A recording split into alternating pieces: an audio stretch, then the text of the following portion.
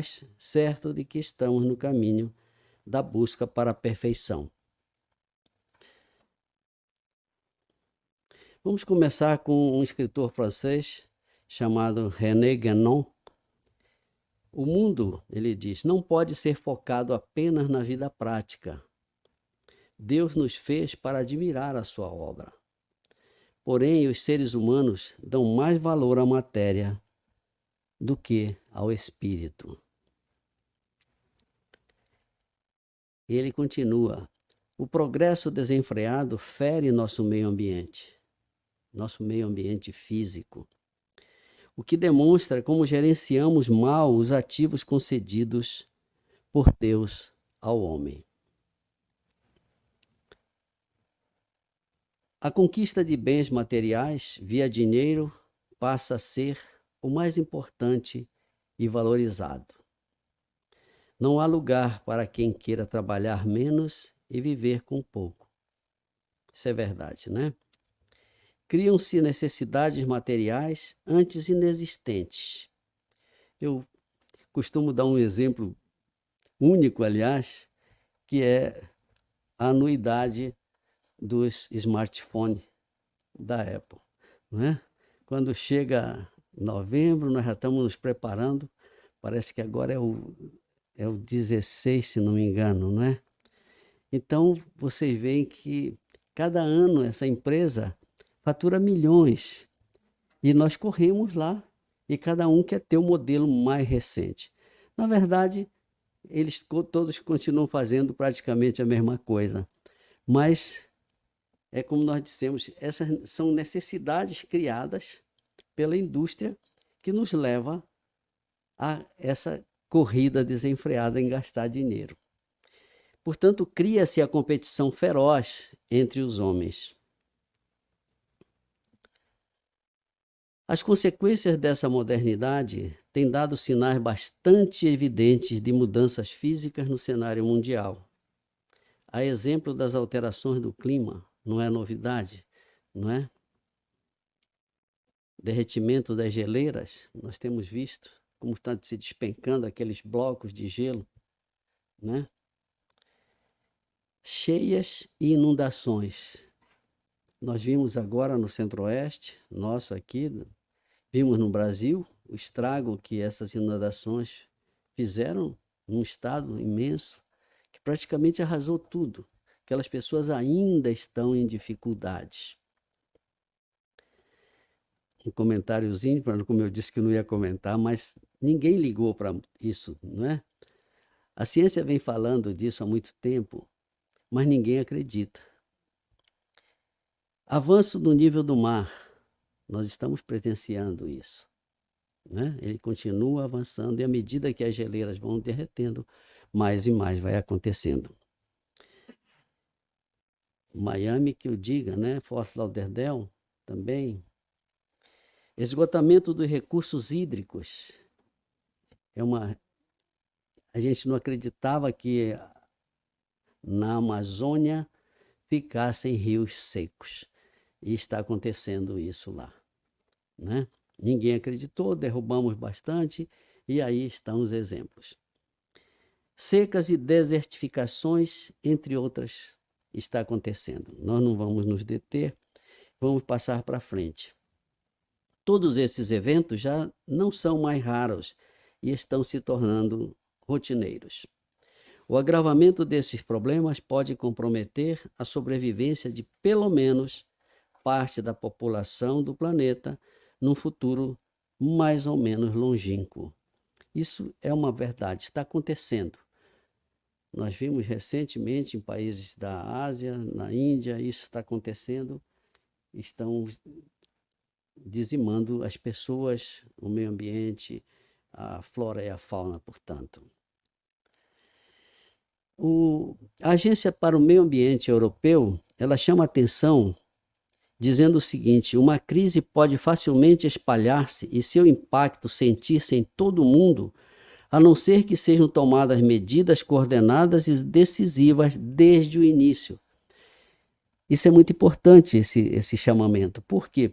Porque realmente os que comandam vamos dizer assim, o barco, que são os governantes, eles não estavam preparados. E eu acho ainda que não estão. Portanto, qualquer mudançazinha que vai acontecer, porque nós estamos destruindo a floresta, então nós estamos vendo viroses acontecendo, etc, etc, e a governança não está preparada para controlar isso. O choque da Covid, que é uma das crises que nós vamos abordar agora, limitou-se a mostrar a fragilidade sistêmica das nossas economias e sociedades mundiais, com todas as suas desigualdades. Estamos vendo isso, todo mundo viu, acompanhou, e ficou claro para nós, não é? Essa fragilidade que o mundo apresentou. Não foi aqui, não foi acolá, foi o mundo todo. E é interessante vermos o que o padre Leonel Franca, ele faleceu em 48, ele fala sobre essa crise do mundo moderno. Vejam, lá em 48. Então vejam o que ele fala. Ele diz que há uma crise de alma e crise de instituições. Nós estamos presenciando isso no nosso dia a dia. Crise de alma e crise de instituições. Um abalo profundo que atormenta as consciências e desorganiza a convivência humana em todos os seus graus, familiar, nacional e internacional. Não preciso muito de comentar isso, porque é evidente para todos nós isso que nós falamos. E ele diz: eis o espetáculo doloroso que nos oferece a civilização moderna. Vejam, lá em 48, portanto, no século passado. Só uma ruptura de equilíbrio nas exigências essenciais da nossa natureza pode explicar a agitação tão funda. Dir-se-ia que a personalidade e a sociabilidade foram atingidas nas fontes vivas da sua existência e progresso. Isso é muito importante, a personalidade e a sociabilidade. As pessoas estão perdendo isso. Nós não abordamos essa parte, a parte ética, mas a gente está vendo como as pessoas estão perdendo esse feeling da personalidade. A gênese e o desenvolvimento das forças espirituais, que ora se entrechocando, ora convergindo, fazem trabalhar o dinamismo profundo da nossa civilização. Vejam, ele toca aqui forças espirituais. Se nós formos buscar alguns livros que já lemos, de André Luiz, ele mostra isso, sobre esse choque que há entre as forças espirituais, as forças do bem lutando contra as forças do mal. E essas forças do mal estão hoje fazendo um grande estrago na sociedade. Porque são espíritos que estão entre nós, espalhados pelo mundo todo, encarnados, e que estão fazendo um grande estrago na sociedade. Nós vemos filho matando pai, pai matando filho, mãe matando filho. São notícias que deixam a gente extremamente estressado quando lemos essas notícias. Coisas que, não sei se é porque hoje está tudo, né, na mesma hora a gente está sabendo, mas não era assim antigamente. E hoje a coisa está se tornando quase que uma rotina. Não há esse dia que a gente não veja um tipo dessa notícia. Mas vamos em frente. A Miriam Leitão, como nós falamos, essa jornalista fabulosa, ela diz que uma avalanche passou por nós. E por nós entenda-se o mundo inteiro. Todas as áreas da atividade humana sentiram, e por muito tempo vão continuar a sentir os efeitos dos eventos que começaram em 2020 e, sem cerimônia, invadiram o calendário de 2021. Joana de Ângeles, comentando essas crises, diz que estes são tormentosos dias de crise. Ela abrange uma sequência delas. As crises morais que nós estamos vendo hoje, nós estamos perdendo a nossa moralidade. A sociedade está perdendo a moralidade. A crise de valores, de consciências, de responsabilidades. As pessoas parecem que perderam isso. De emoções. Vamos abordar um pouquinho mais adiante, rapidinho, essa parte. Crises de esperança. A gente vê, às vezes, o pessimismo dominando. As pessoas estão quase que perdendo a visão do amanhã, de achar que vai melhorar, porque estão perdendo a esperança. Outra crise que ela cita é de significados existenciais da nossa existência.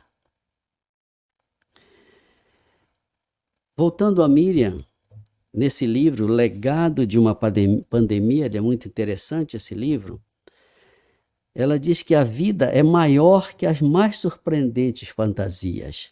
E essa frase é muito importante, é muito verdade, porque realmente é assim. Mas ela complementa: quem acreditaria em um roteiro onde 2 aviões voariam em direção às Torres Gêmeas, derrubando-as? Ninguém imaginava isto. Um país com toda a segurança do mundo treinou aqui as pessoas que cometeram esse ato. E ela diz: a pandemia da Covid parou o mundo. E nessa dimensão e abrangência jamais foi imaginada pelo cinema e literatura.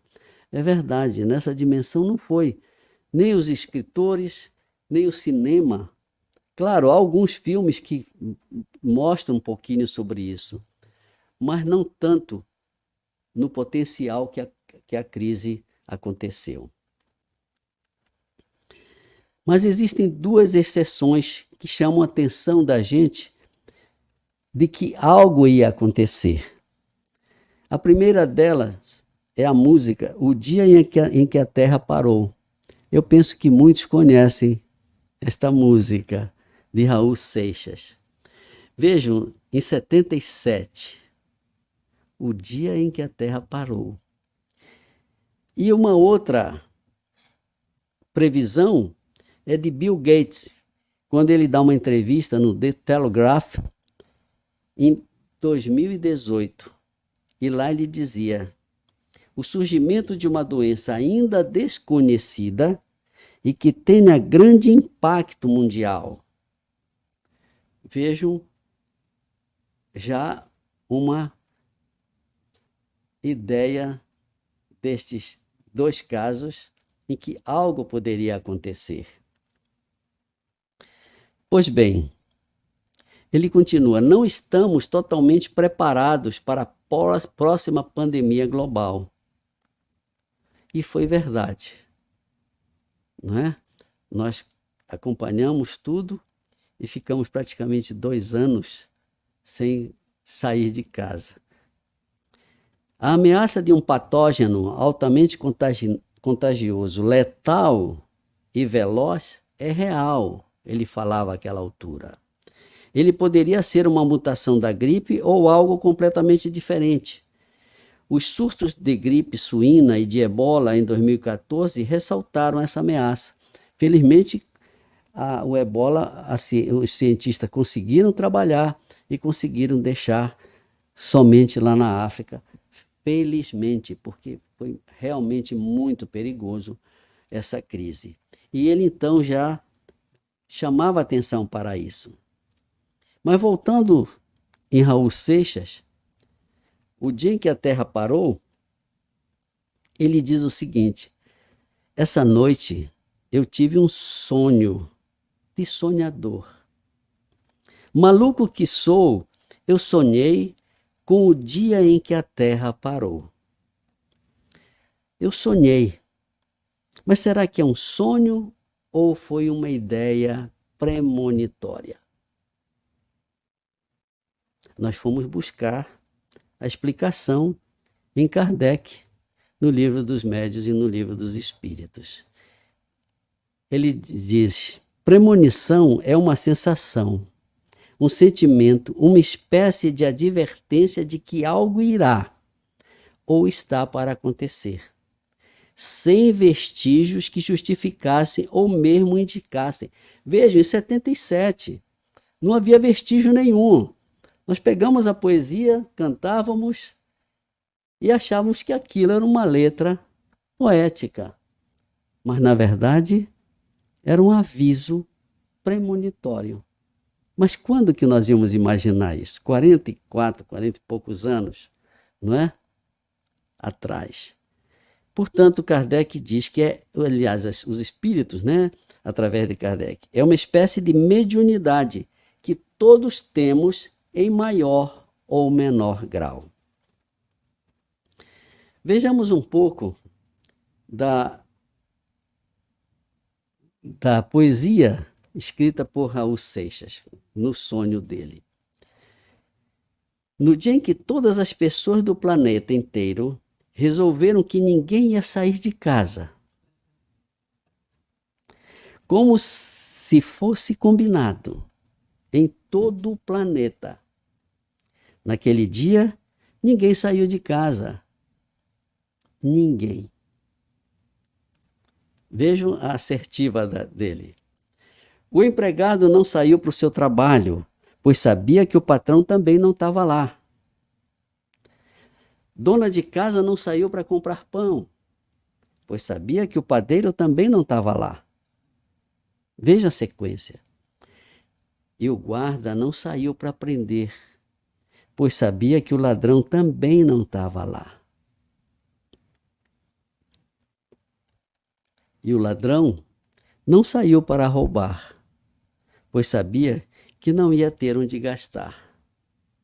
E nas igrejas, nenhum sino a badalar, pois sabiam que os fiéis também não estavam lá. E os fiéis não saíram para rezar, pois sabiam que o padre também não estava lá.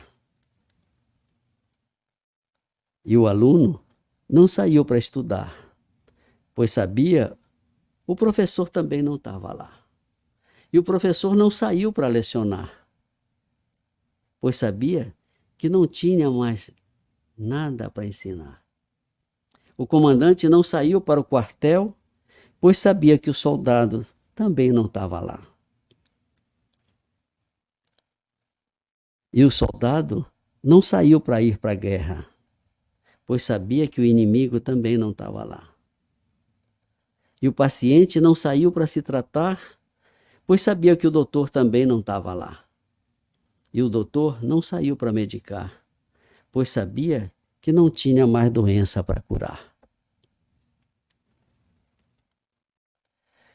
Vejam, eu já passei para frente, mas não tem problema. Vejam a maneira como ele se expressa nesse sonho, que para nós espírita foi uma mensagem do alto. Portanto, algo premonitório. Era um aviso. E vocês viram na poesia, foi exatamente como aconteceu. Exatamente como aconteceu. Mas quem iria imaginar, não é? Ninguém. Que aquilo era uma mensagem chamando a atenção da humanidade para o que estaria por vir. Portanto, Joana de Ângeles diz que inevitavelmente existirão crises. Isto porque o ser humano vem transformando a existência terrena em contínuo parque de diversões, distantes das responsabilidades de crescimento espiritual e moral. Sempre fascinado por quimeras e insignificâncias. Isso é uma verdade. Crises que dizimam multidões. Joana continua, em face dos conflitos políticos. Conflitos políticos que nada mais são do que prova do egoísmo dos dirigentes que levam a essas guerras absurdas que nós estamos assistindo. Crises religiosas, não é? Onde não era para existir. Crises raciais, o racismo continua imperando. Crises econômicas, países com um desnível muito grande, uns estão lá em cima, outros lá embaixo. Todas oriundas de quê? Desse egoísmo individual que fica na cabeça dessas pessoas, que estabelece como prioritários os seus interesses em detrimento dos demais. Então esse egoísmo é que leva a tudo isso. Se o homem já chegasse a um patamar maior de eliminar do seu eu esse egoísmo, nós não teríamos tantos problemas no mundo. Mas não, as pessoas não leem história e acham que não vão morrer. Se nós formos buscar desde de Roma, não é? Aqueles imperadores que se achavam eram Deus, né? Todos passaram. Alguns já estão encarnados por aí. Segunda Guerra Mundial, né? O senhor do mundo, Hitler, né? E agora esses malucos. Pois bem, vamos para frente, como eu disse, para não perdermos muito tempo. E as consequências disso tudo? A Covid mudou o mundo, diz o diretor da Organização Mundial de Saúde, Tedros Adhanom.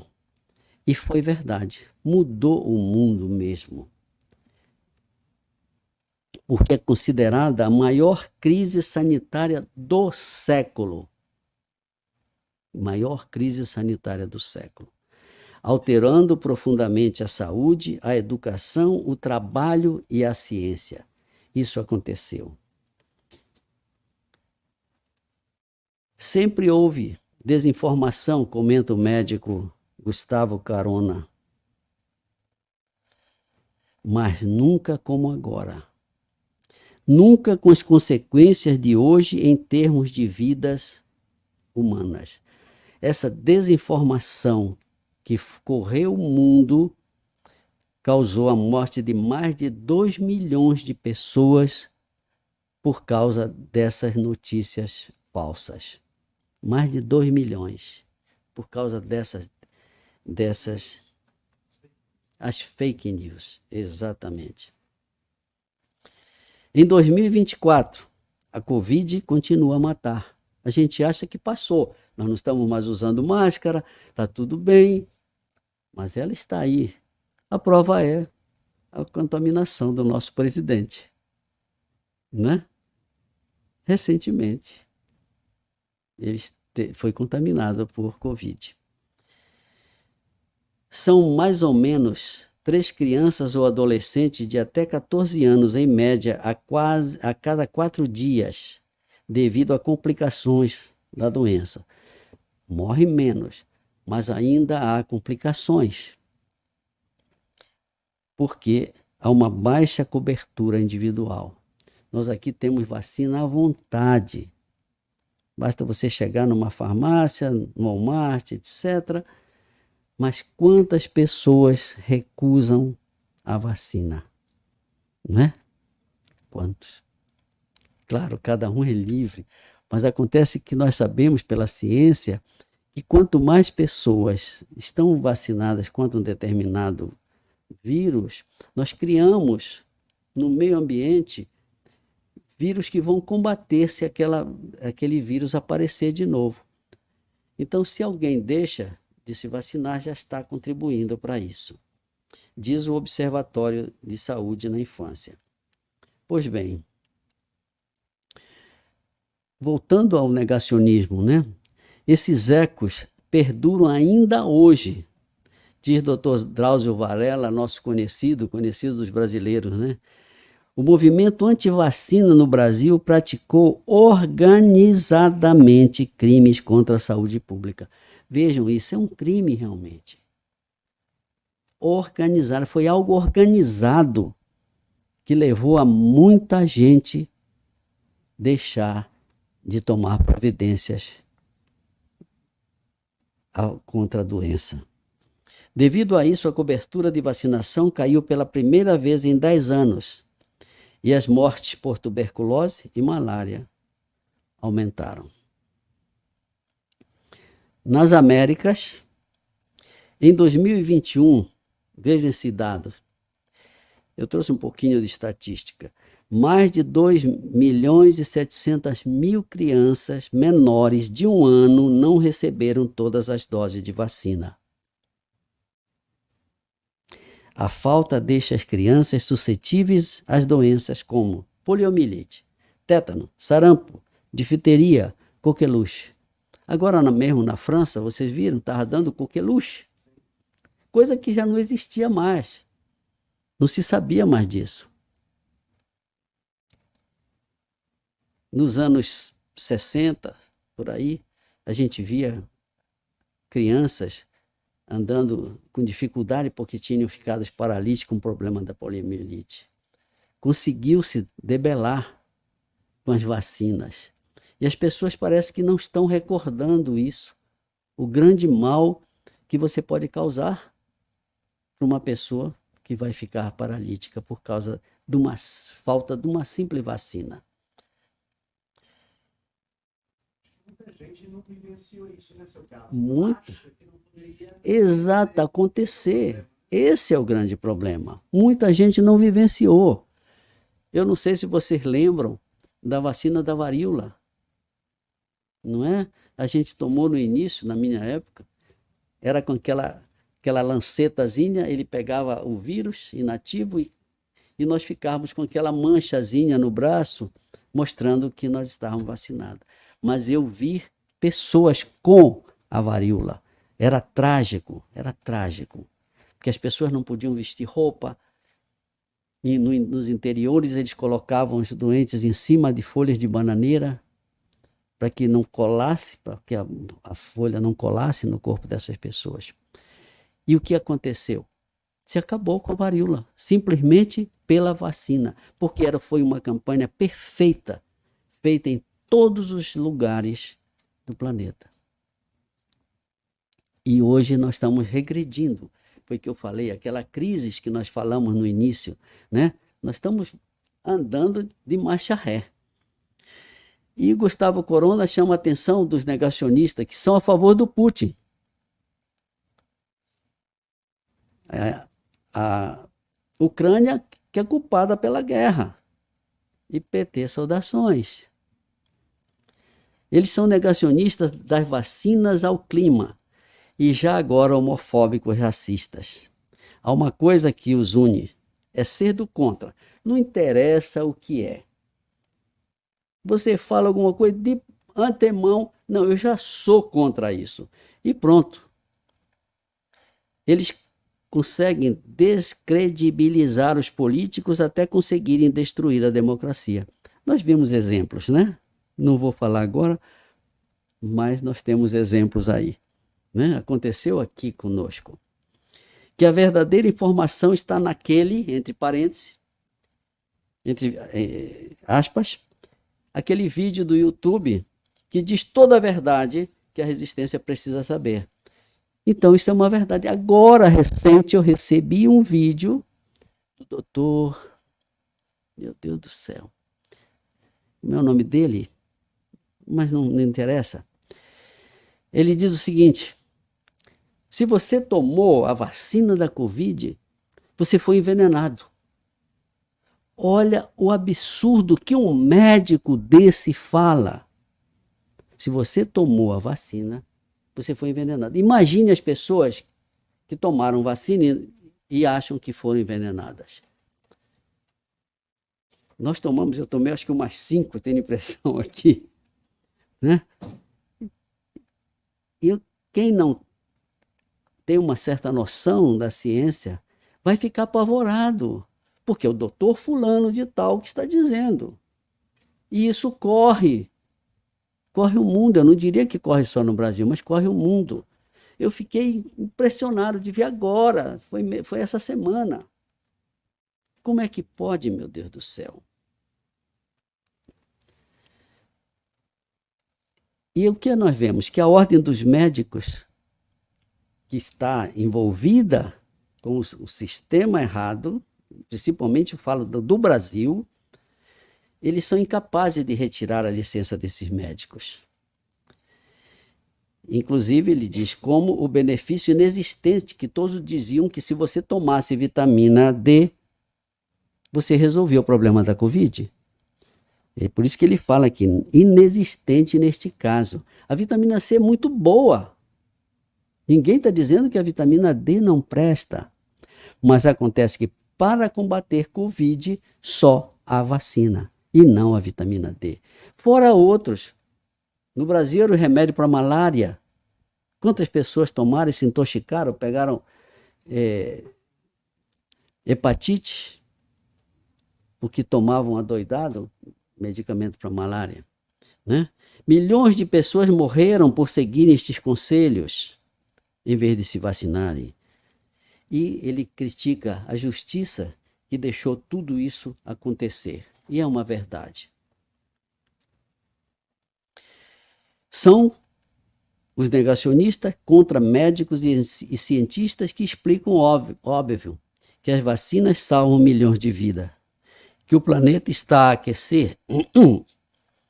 Aqui nos Estados Unidos, na eleição de 2020, foram eleitos mais de 160 negacionistas. Então, o povo é culpado. O povo é culpado. Os dois estados que mais elegeram, o nosso, Flórida e o Texas, escolheram o maior número de políticos que negam as evidências. Então imagina, um camarada desse, lá no Congresso, ele vai falar, todo mundo vai acreditar. E quem está falando? É o senador fulano, é o deputado fulano, não é? Sem considerar o presidente, os presidentes, não estou falando do atual. Neste país que nos acolheu, eu falo, a recusa vacinal vem sendo um grave problema de saúde pública já há muitos anos, independente da Covid. Vamos ver por quê. Tanto no período prévio quanto durante a sindemia da Covid. A maioria das muitas barreiras, qual é? Preocupação sobre a segurança das vacinas. Vejamos por que isso começou. Eu fui buscar na BBC News a origem disso tudo. A história que deu origem ao mito da ligação entre vacinas e autismo. Foi um maluco que nós vamos olhar já já. O dia 26 de fevereiro de 98, marcou o início de uma desconfiança internacional sobre vacinas que reverbera até hoje, 26 anos depois.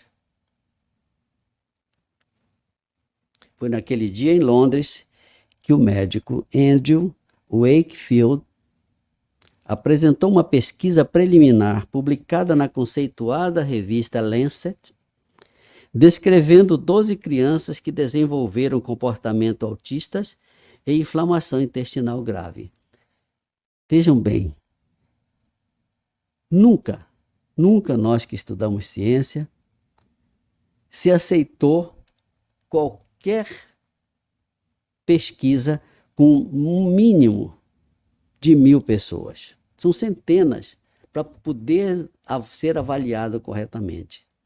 Esse camarada maluco apresentou apenas 12 crianças e disse que, como elas tinham tomado vacinas, elas tinham se tornado autistas e com problemas intestinais. E isso logo correu o mundo. Por quê? Porque a revista espalhou. Somente em 2010, veja o tempo que passou, para o Conselho Geral de Medicina do Reino Unido dizer que Wakefield era inapto para o exercício da profissão. Mas o estrago já estava feito. Qualificando seu comportamento como irresponsável, antiético e enganoso. E a Lancet se retratou do estudo publicado uma década antes, dizendo que suas conclusões eram totalmente falsas. Vejam só, a revista disseminou a notícia. E ela levou 10 anos para dizer que não era verdade. Mas quem leu o contrário? Quase que ninguém. Muita gente hoje, principalmente aqui nos Estados Unidos, ainda não leva seus filhos para vacinar. Eu não sei tanto aqui no sul, para cá, mas para o norte, isso é uma constante. As pessoas ainda hoje estão sem vacinar. Claro, se houver uma pequena alteração, nós vamos ver crianças com sarampo, o que já estamos vendo, aliás, vamos ver crianças com poliomielite, por culpa disso, dessas notícias que nós muitas vezes não checamos, somos responsáveis e vamos passando a bola para frente, né? Me dá aqui e eu já chuto no gol. Pois bem, por fim, a entidade que fala pelos autistas aqui nos Estados Unidos decidiu se posicionar. Ele dizendo, vacinas não causam autismo. Em 2015, pedimos encarecidamente que todas as crianças sejam vacinadas. Quantas pessoas tomaram conhecimento disso? Não é? Poucas. E quem vai acreditar? O estrago já estava feito. Portanto, é algo que nós temos que refletir. Porque o alarmismo e o compartilhamento de notícias e opiniões falsas e sem fundamento contribuiu para essa desconfiança. Mais um pouquinho de estatística. Em Nova York, diminuiu 63%. Nova York diminuiu 63%. Na Califórnia, eu peguei só 3 estados. 40%. Em Ohio, 45%. Caiu. A vacinação caiu. Ninguém acredita, não é? Num país do porte do nosso. É inacreditável. Veja o que eu peguei, como eu disse, só 3. As crises atuais combinadas, quer dizer, quando se combinam crises, se chama sindemia. Quer dizer, quando há crise de saúde, de economia, etc., quando elas se combinam, a ciência chama de sindemia. Podem levar de 75 milhões a 95 milhões de pessoas à extrema pobreza. Isso é uma verdade. Cerca de 1 em cada 10 pessoas em todo o mundo passa fome. Isso é estarrecedor, gente. Estarrecedor. Porque existem estatísticas mostrando a quantidade de alimentos que nós jogamos fora. Principalmente aqui. Mas o Brasil não fica atrás de outros. Quando nós podíamos acabar a fome do mundo. Não é? Nós ainda não resolvemos isso. Estamos querendo ir para Marte. Não é? Ainda não resolvemos a fome dos nossos semelhantes. Estamos pensando já em ir lá para Marte. Quase 1 em cada 3 pessoas não tem acesso regular a uma alimentação adequada. É triste nós vermos essas estatísticas. É triste. Passemos agora para uma outra crise que nós estamos vivenciando, que é o meio ambiente. Não é? Esse quadro da esquerda, ele correu o mundo quando foi mostrado aí um pelicano morto, porque o seu estômago estava só detritos plásticos. As pessoas parecem que vão esquecendo. No lado tem uma luva cirúrgica, ou de normal, uma luva qualquer, e o peixe entrando aí e se asfixiando. Mas o pior, na Indonésia, um idiota dentro desse carro e o outro idiota atrás, ele tenta jogar uma cenoura para o hipopótamo. O hipopótamo abre a boca e o outro joga uma sacola plástica. Exatamente. Exatamente. É possível nós acreditarmos nisso? Não é. Não é. Onde chega aquilo que a Joana fala lá adiante, de personalidade. Onde está um indivíduo deste? E olha, ele já tinha feito antes alguma coisa lá que já estavam. Ele foi repreendido. E ele não se preocupou, ele continuou e foi fazer essa barbaridade. O hipopótamo foi examinado, etc., mas para tranquilizar, o hipopótamo ficou bem. Parece que retiraram alguma coisa. Mas nós ficamos de queixo caído, analisando a personalidade do indivíduo desse. Onde está a cabeça dele? O que ele tem dentro do miolo dele? Nada. Nós não podemos dizer o que ele tem, mas todo mundo sabe o que ele tem dentro da cabeça, né? Porque não se acredita que você seja capaz de jogar um plástico para um animal que não vai separar. Recentemente, agora lá em São Paulo, olha aí, uma usina de açúcar e álcool jogou aquele resíduo que sai da cana no rio. E disse que não jogou, que não foram eles que fizeram. Foi outra coisa que aconteceu lá. Mas essa outra coisa, milhões de peixes vão levar possivelmente 9 anos para isso ser recomposto. E eles lá continuam produzindo, ganhando. E tá tudo bem, graças a Deus. Mais para frente um pouquinho, desculpa, eu vou acelerar um pouquinho.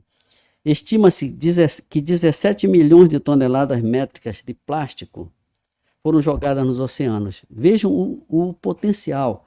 Às vezes saem umas imagens no Pacífico, tem uma ilha já, né? Criando uma ilha, disso que o plástico vai se juntando. E esse volume deve dobrar ou triplicar até 2040, não está longe, que se degradarão em microplásticos, indo contaminar os alimentos. Isso aqui é muito sério. Já foi encontrado no sal de cozinha as partículas de plástico. Então, veja, nós já estamos consumindo plástico. A gente não acredita porque são micropartículas. Só para termos uma ideia, em cada paciente internado com Covid, um hospital produziu 7,5 kg de plástico por dia. Por dia. Pesquisas recentes encontraram partículas de plástico no sangue humano e nos tecidos dos órgãos genitais masculinos. Especialistas apontam para os riscos associados ao desenvolvimento de câncer, doenças cardíacas e demência. Porque nós não vamos saber se estamos...